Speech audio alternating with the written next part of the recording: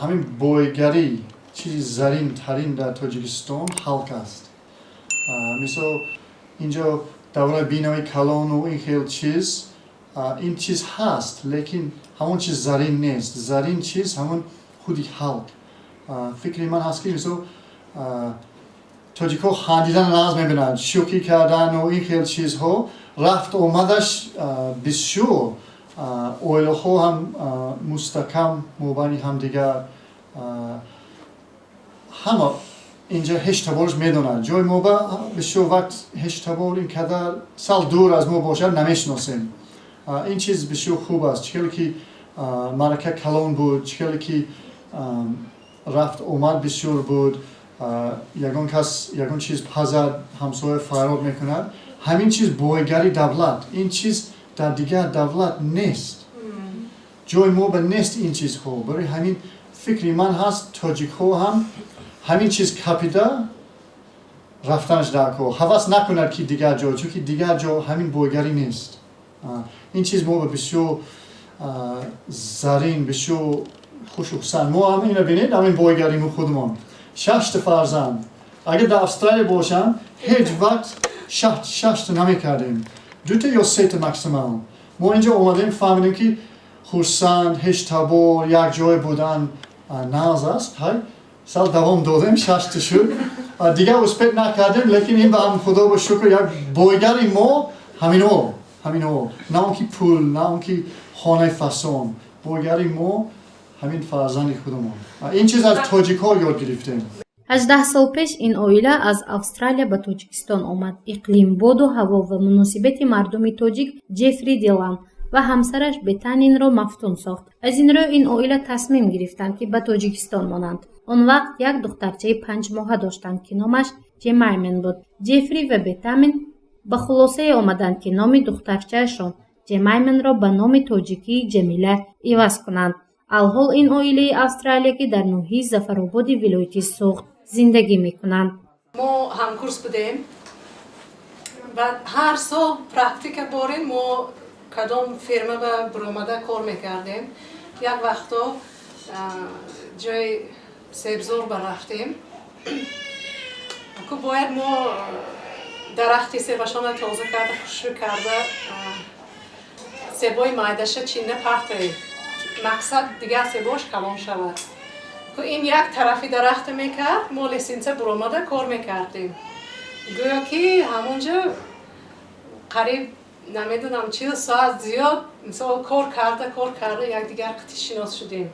برای اون طرفی درک، من این طرفی درک های کلان داد زده همین شناس شدیم. یک کورس بودیم در یک دانشگاه هر دوی ما سوهای کشاورزیش خواندیم. ما همه وقت از اول خواستیم که دیگر دولت رفته کار کنیم، چکلی که خداوند ما به برکت دادگی بود. ما خواستیم یکون کاری نیک، کاری خیر در یکون جا کنیم و میدانیم که بسیار مملکت به تکاسی دولت کشاورزیش است. اگر کشاورزیش بخواد نباشد اون خلق هم پیش رفتنش وزبیم. در برای تاجیکستان ما هیچ چیز نمیدانستیم چون که در همون وقت دور سیوز ما کلان شدیم فقط سیوز میدانستیم، داخلش یکون خبر نیست. بعد سال 91 ما فهمیدیم که این بسیار دولت های مایده بود. بعد خونده برمادیم معلومات کم بود در برای تاجیکستان بسیار نیست لیکن جای فارس زبان برای همون سال نوتینجی بود فهمیدیم دیگه کس نخواست که اینجا بیاد. ما گفتیم خیلی آنجا شاید جای ناز باشد و زبانش اینترست کرد. اومدیم تاجیکستان اومدیم و ماندیم و 18 سال پیش بودم.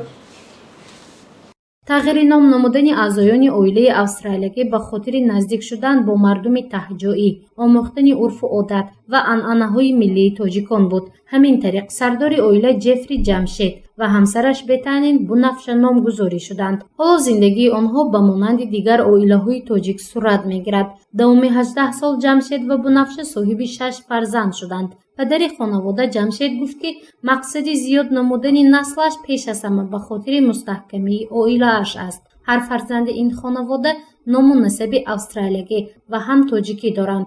имрӯз фарзандон ба воя расида 4 нафари онҳо таҳсили худро дар Ҳиндустон идома дода истодаанд.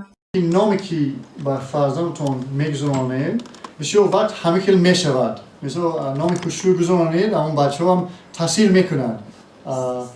برای همین نام‌های حرکت کردیم که نامی خوشرو کلون است با انگلیسی جمایما با تاجیکی جمیلا.